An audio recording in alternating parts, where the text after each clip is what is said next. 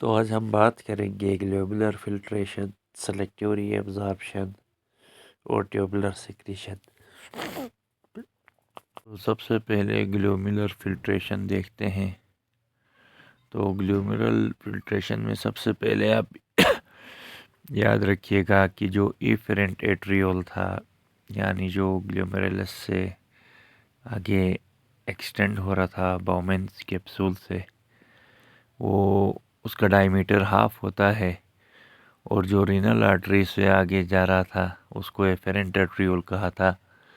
तो efferent arteriole का diameter थोड़ा बड़ा होता है और फिर यहाँ ब्लड एफेरेंट एट्रियोल से इंटर होता है अंदर जो नेटवर्क ऑफ कैपिलरीज थी नैरो ग्लोमेरुलस पे।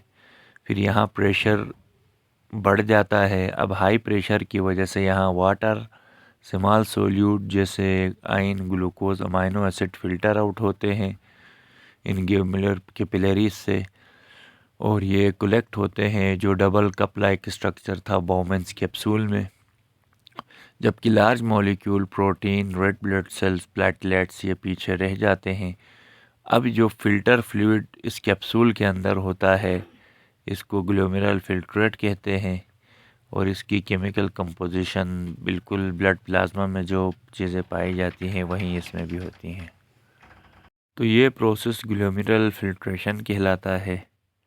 इसके बाद है सेलेक्टिव रीअब्जॉर्प्शन। यहाँ पे जो अल्ट्रा फिल्ट्रेशन से जो सब्सटेंसेस फिल्टर आउट हुए हैं इनको दोबारा रीअब्जॉर्ब किया जाता है।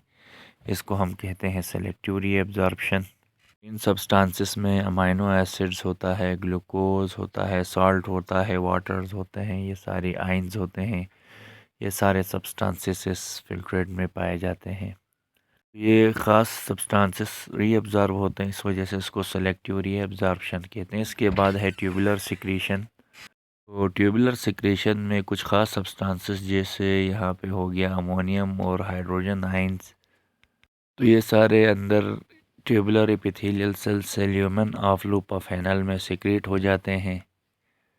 और यही प्रोसेस प्रोक्सिमल और डिस्टल कन्वोल्यूटेड ट्यूब्यूल में भी अकर होता है। ट्यूबुलर सिक्रीशन का मकसद होता है ताकि ये यूरिन के पीएच को मेंटेन करे, और इसमें जो है जो यूरिन होता है उसका जो पीएच है उसको एक स्टेबल लिमिट में रखा जाता है अराउंड।